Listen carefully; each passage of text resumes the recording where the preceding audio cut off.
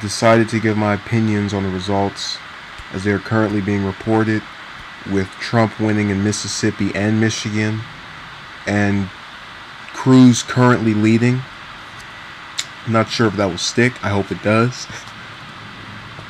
You obviously know I'm biased. I'm not going to dispute that. And I'm having a little kind of trouble with this portion of my chest that just kind of keeps going through my throat. But I'm feeling a little bit better. Feeling a little bit more energized with my George W. Bush impression. I know it's terrible.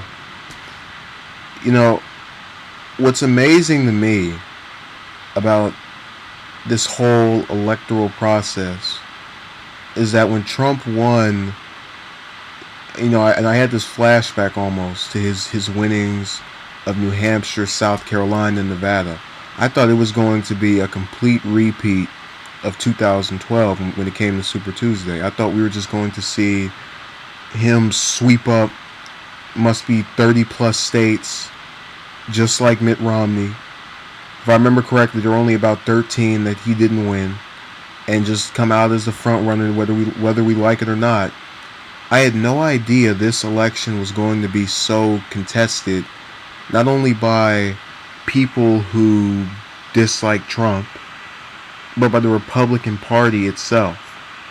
And I guess that's kind of, they're who I'm addressing initially. I'll address the Democratic side shortly afterward, but I've been paying a little bit more attention to them because they have a narrative that goes in multiple directions. Over on the Democrat side, it's either Clinton wins or Sanders wins.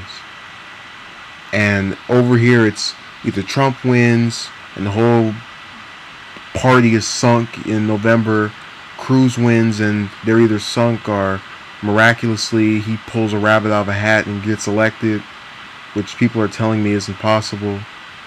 There's also the option of Rubio getting the nomination and sort of taking moderate stances in the general election, which will ensure a Rubio administration. You have Kasich even from the back, who is showing himself to be someone that is potentially a force to be reckoned with.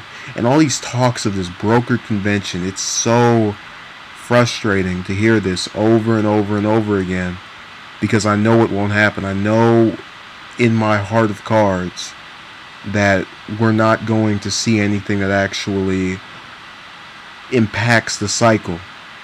Whoever gets the most delegates, I'm still thoroughly convinced will walk away with the nomination. And I don't believe anything about something from 1976 happening in 2016. It just seems impossible to me that almost 40 years later this is going to happen. I don't believe it.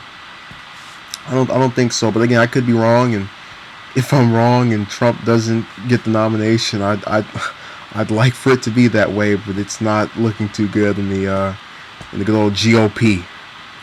As for the Democrats, I've had so many people come over and say Sanders is finished, Sanders is done, and he keeps winning these states, and it's blowing their minds. They cannot conceive how someone who takes these stances that are so far left is actually doing well. And I think he has crossover appeal that can go to libertarians such as myself, members of the Republican Party who are more moderate than anything else.